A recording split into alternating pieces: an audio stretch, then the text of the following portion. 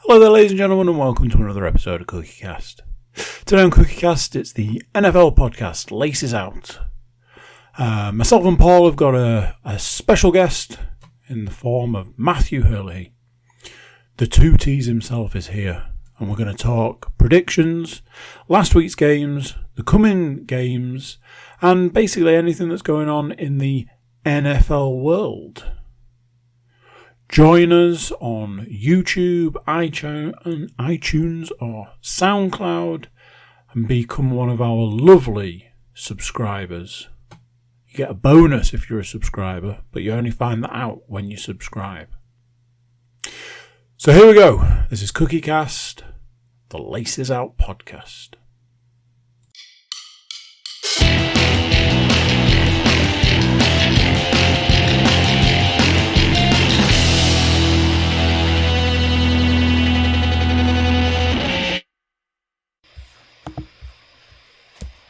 Recording in progress. Well, there you go. It can only mean that it's one time of the week. And that time of the week is NFL football time.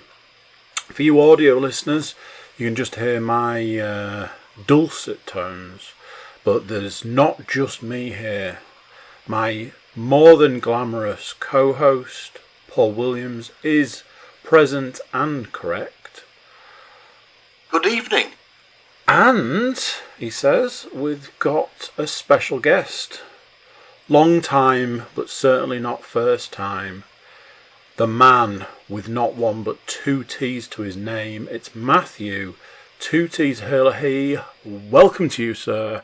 Thanks for joining us this fine evening. Hello. There he is. A few audio listeners, obviously you'll be listening along. A few YouTube watchers. I need a haircut. So, week 9. I actually know what week of the season it is. And get your drinks ready, boys and girls, because officially the season is nearly over because we've passed the halfway mark. Passed it earlier in the games. We passed the halfway mark of the season. So yeah, I mean it's time. It's probably time to start packing it all away at this point. It does mean we have got many games left, and we're here to talk about games of the week gone, games of the week to come. A little bit about fantasy. We won't dwell too much because it's probably painful for some of us. But me and Paul can try and remember what we picked on our new scoring system. And we'll go from there. So, Paul, where's the best place to start? Well, the format over the previous couple of weeks, as everyone is more than familiar with now, is usually the guest will come on, give their season-long prediction for the Super Bowl and the MVP. But obviously, this is Matthew's second appearance of the season, so we don't need to do that. Appearances. But we will just reiterate what his pick was. So Matthew has gone for the Tampa Bay Buccaneers to face the Baltimore Ravens, with the Buccaneers coming out top and Tom Brady being the MVP. He's also picked Kyler Murray to be this season's MVP for the regular season. So, well, I suppose we'd better just dive straight back into last week's game picks. I mean, from both myself, yourself, and the guest. This week's games were what? I think this is the week of what the fucks, because I mean, well, I've already said, will anybody have broken double digits in the predictions this week? Did anybody look at the Jags versus the Bills and go, Jaguars, yeah, they're definitely winning that game? I tell you what, the result didn't surprise me as much as the total points scored. Because if you just said Bills Jags under 16 points, someone had just said under 2 touchdowns, you're having a laugh. But yeah, especially the Bills. exactly. Under 16 points just for the Bills, you'd have said is probably a joke. Yeah. But we'll get into it right now. So, week 9, 14 games to pick from. Oh dear. No one did better than half points. So the highest anyone got was 7 out of 14. But in last place, with 5 out of 14 picks correct, it's everyone's favourite host, ladies and gentlemen. It's Mr. Andrew Cook. Jeez. I mean, usually I'd go through the teams that have let you down. All of them. Probably easier for me to just go through the teams that didn't let you down this weekend. 2/3 of the teams. Yeah, pretty much. So you correctly picked the Colts, the Ravens, the Chargers, the Cardinals, and the Steelers. Okay. And you had the Ravens had to bail you out in overtime. I was struggling.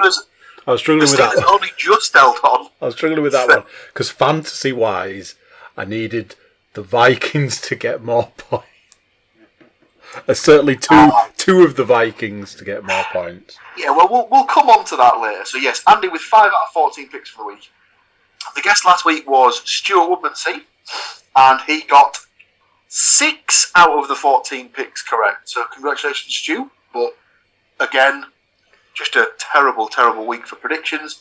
So by default, with 7 out of 14 picks correct, a big pat on the back for Mr. Paul Williams, getting himself another point in the predictions for this particular week. Ridiculous. But yeah, just a total coupon buster week across the board, really. I mean, you had, like you said, you had the Bills getting turned over in Jacksonville, the Raiders losing in New York. At time of recording, we'd all picked the Packers, and then obviously the day after we'd done the picks, the Aaron Rodgers situation came out, which I'm sure will be covered at some point during tonight's podcast. So yeah, just the Dallas Cowboys getting beaten at home by the Broncos was just baffling. Yeah, just a strange week. So for the season overall, after 9 weeks, the guest has 1 point. Mr. Cook has 2 points, but extending his lead by 1 more point to 6 is Mr. Paul Williams. Still all to play for, though. Still 9 weeks left of predictions. It can all change. I had to bring in the big guns. I had to get Toops to come on just so that I'd have some backup at trying to take a point off you this week. Because man, Exactly. That's 6 of 9 weeks getting that point there, Mr. Williams. Congratulations to you, sir. I mean, that almost beautifully segues into talking about a little bit of fantasy football. Why not? Matthew, did you have a win this week? No, I'm on a 4-game losing streak. We're not very happy bunnies, shall we say? Oh dear. Is it maybe time for a change at head coach?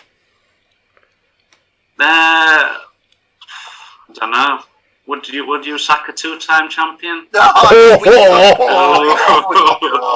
this fucking guy. Well, you had to get it in, didn't he? You had to get it in. We'll just get rid of the GM. Yeah, that'll make more sense. Yeah. I'll let you break the news to her then when you're I'm hoping to get the W this week and end the streak. So. Who is your opponent this week, Matthew? I think it's you, isn't it? It almost certainly is me, and we all know how that works out when it comes to fantasy. So, yeah, enjoy your win. That'll be tainted in some way by a kicker who gets recalculated to have taken his kick from 2 yards further back to give him an extra point or something like that. Oh, the memories. Unbelievable. I was going to say, Did that not happen at some point? I seem to think there was definitely a recalculation at some point, or I got a fumble or an interception taken away from me or attributed to me or something like that. Yeah, those Monday/Tuesday morning recalculations were always amazing. And he's the commissioner as well, and he can't fudge it himself. You can see, you would have thought I'd have just gone in and just recalculated the recalculation, but no, sadly not. Can't do it. And there we Honest go. Man. Paul? Yes, Andrew. Did you have a win this week? I think you know fully well that I didn't have a win this week, Andrew. Oh. And why is that? Because a trade didn't go through in time.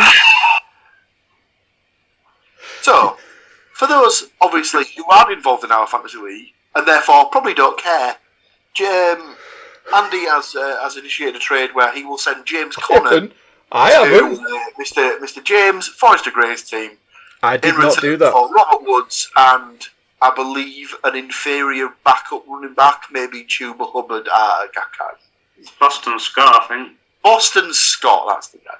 So, in his last week on the Cookie franchise, Mr. Connor decides to basically just drop a huge turd on my chest and score 34 points. Yeah, I'm kind of regretting that trade now. I did not initiate the trade. The trade was put to me. I perused, reviewed, and eventually accepted said trade. It did not go through before game time, and that was the result. It did, however, cement my position as the Middlesbrough of fantasy football by taking on much better teams and winning, but week in, week out, going up against other teams and getting absolutely destroyed. So there we go. So what you're thinking is that you'll be resorting back to type this week, is basically what you're saying. Oh, absolutely. You know, I imagine when the stats mistress gets her massive fantasy and absolutely goes to town on the Cookies team, you know, it's going to be business as usual. I will firmly keep the bottom of the table warm in case anybody wants to come and join me. But, you know, I think I might have had 2 wins this season. It's lonely at the bottom, boy. That's all I'll say. So, fantasy football-wise, you two gentlemen are up against each other. And as I've alluded to, the stats mistress is going to absolutely destroy me in fantasy this week. So that'll be nice in our house on Sunday night. So, as we're still in this half of the podcast where we talk about last week, I believe Paul might have jumped all over one of the stats, talking about aforementioned James Conner, but there are stats. The stats mistress injured, but not down and out. Torn ACL, out for the season. They're saying she could return for next season, but it's she might actually be back for playoffs. But I mean, by then, let's face it, this team ain't going to the playoffs. So, but what she can do this. And she gets in contact with Nate Davis, who I believe, Paul, if I'm wrong, has suffered a severe concussion in the last week and is also out for the season. I don't think it's as bad as that, but I believe he does have some form of something wrong with him. I think something came up in the last week as a player listed as being put on the injury list, and it was Nate Davis. We were like, what? But will he still be able to do the stats? The answer is yes. He has. Here we go. Look, there he is. Concussion, did not practice for the Tennessee Titans. Not sure he should be playing on a Sunday or a Monday or even a Thursday and then doing the stats Monday morning, Tuesday morning. But hey, who am I to argue? Possibly not the same person. But Nate Davis has put together a big old pile of stats, and then the stats mistress does a Scrooge McDuck off the diving board and roots through all of those stats to bring us the absolute cream of the stat crop. So here we go with Week 9 NFL 2021 season stats. I'm going to tee things off, then I'm going to hand over to our guest, and then, how do I say this without making it sound rude? Paul will finish you off. First stat of Week 9 is this. Get your glasses out, kids. Halfway through the season, and Sunday was the first day in nearly a decade when 4 teams, the Bills, the Raiders, the Cowboys and the Packers, in first place as late as Week 9, lost to opponents with .500 or worse records. Number 2, Los Angeles Chargers quarterback Justin Herbert, 356 yards passing, 3 total touchdowns, got back on track following 2 poor games as the Bolts outlasted the Philadelphia Eagles 27-24 and reclaimed the first place in the AFC West. And what is probably my last stat for the week, number 3. Panthers quarterback Sam Darnold, formerly of the New York Jets, lofted 3 interceptions, including a pick 6 in a 24-6 defeat against the Patriots that dropped Carolina 4-5 out of the wild card position in the NFC. So there you go. Matthew, are you picking up where what I'm putting down? Okay, so the second-year Browns wide receiver Donovan Peoples-Jones provided the big play Quotinet? No idea what that means. Quotient, maybe? Yes. Quotient. Big play quotient. OBJ never did in 2021. Peoples-Jones' 60-yard touchdown snatch Sunday against the Bengals ultimately proved decisive as Cleveland, 5-4, crept back above 0.5. Arizona running back James Conner churned out 173 total yards and the personal best 3 touchdowns on a day when Murray and wide receiver DeAndre Hopkins' hamstring, in brackets, weren't available. No matter, as Connor's undermanned cards bumped the San Francisco 49ers 31-17 to become the league's first 8-1 team while reclaiming the number 1 seed in the NFC. 49ers. Packers quarterback Jordan Love, the team's first-round pick in 2020, looked every bit a de facto rookie at Arrowhead Stadium while filling in for Aaron Rodgers. Love, 19 for 34 and 119 yards, a touchdown and an interception, couldn't move the offence effectively against a 28th ranked Chiefs defence and hardly resembled a guy potentially ready to take over from Rodgers in 2022. As the Pack fumbled away top spot in the NFC 10 days after claiming it in Arizona. Over to you, Paul.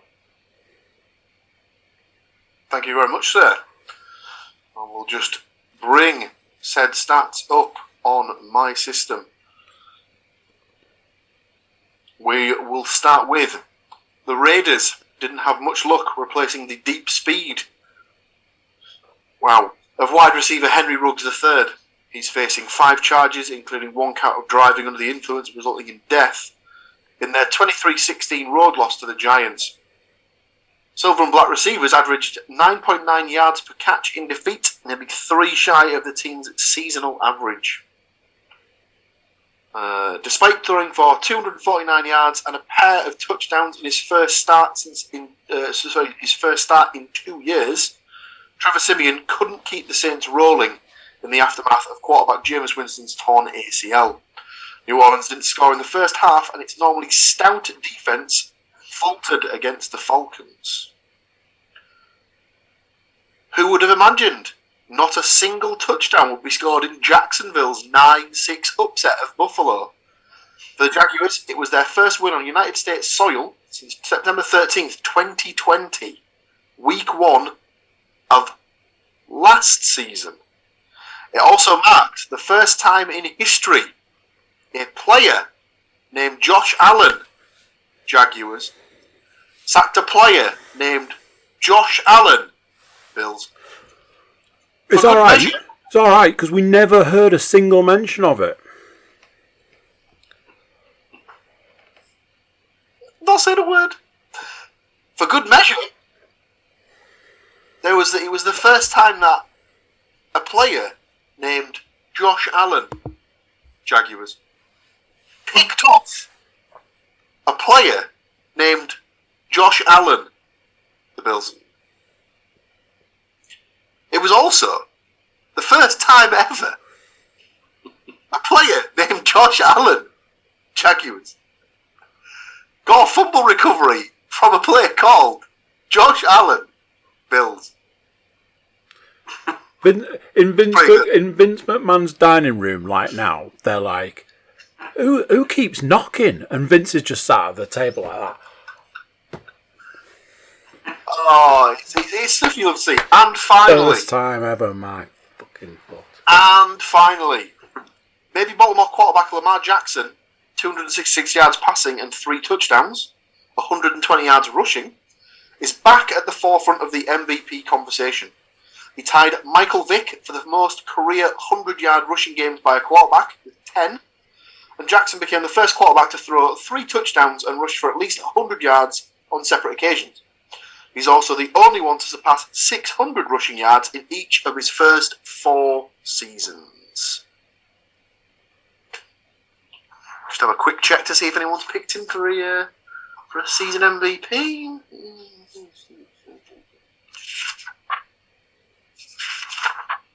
It's not ringing a bell. Stu Woodmansey, Lamar Jackson, Baltimore Ravens, season MVP. Anybody who listens, anybody who listens to knows a little bit about this NFL like Stu. Anybody who listens to the football podcast will know if there is one man to be able to correctly predict something that's going to happen in a football game, you want to be talking to your man Stuart there because he knows what's going on. I mean, let's not talk about this week, but anyway. So, that is week 9 in the books, and the book is closed. They are now the history books. Boom, right there. History in the making. What that means is that we're moving swiftly on to week 10. That's that. Or whatever that. Matt knows how to do it.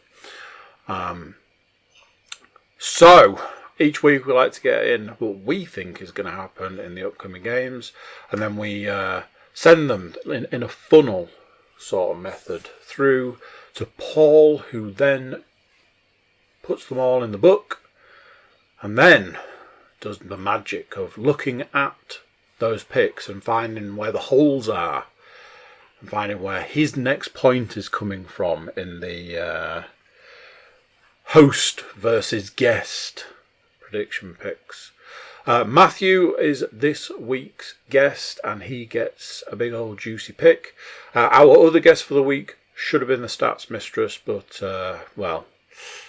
as we know, injury. So Paul, anything standing out as a complete insanity pick this week? Not really, Andrew. We're in one of those. I think we're in another one of those weeks where the games pretty much pick themselves for the majority. Excuse me. That's you. Whereas for the first 5 games of the week that I have written down in the book, personally, we've each picked the same teams. So we've each gone for the Ravens over the Dolphins, the Browns over the Patriots, the Bills over the Jets, the Bucks over the Washington football team, He'll be happy. And the Cowboys over the Falcons. Our first difference of opinion comes in the Saints-Titans game, where both myself and you, Andy, have gone for the Saints to bounce back, whereas Mr. Herlihy has obviously seen something there with the Titans without Derrick Henry and fancies them for the win. Next up, we have the Jags at the Colts. Again, both myself and Andy have gone for the Colts. Obviously, Matthew is convinced that the Jags have turned the corner and are going to win. They're going to win every game for the rest of the season, apparently, and just going to sneak into the playoffs. Come on, Evan, man. We've then all gone for the Steelers to beat the hapless Lions, or the detritus Lions, as my friend dubbed them the other day. Little difference of opinion in the Vikings-Chargers game. You'll all be shocked to hear that both me and Andy have gone for the Chargers, and Matthew is out on his own on Vikings Island. Do you know something? That was actually a tough pick for me, and I ummed and ahed, and I was like, Vikings though, they're that team. They're the team that you put down to, they're gonna lose this game, and then they just shit out the house their way to a win. But in the end, I did go Chargers. Then we've got some more consensus picks. We've all gone for the Cardinals over the Panthers, the Broncos over the Eagles, and the Packers over the Seahawks, who will have Russell Wilson back apparently. Yes, he is returning. But I always think week 1 returning from injury. I don't care who you are. You've had a few weeks out of the game. You've been injured. It all adds up to not a great return. It'll take him a week. It'll take him a couple of weeks to get back up to speed, I'd imagine. Last 2 games of the week, we had the Chiefs at the Raiders. Both myself and Matthew have gone with the Chiefs to get the win, whereas Andy thinks the Raiders will bounce back. And even the 49ers fan doesn't fancy his team to get a result on the Monday Night Football against the Rams, as we've all picked the Rams to what can only be described as smash the shit out of the 49ers. Wow. So, my friends, is your week's picks done and dusted. Myself and Paul have been working through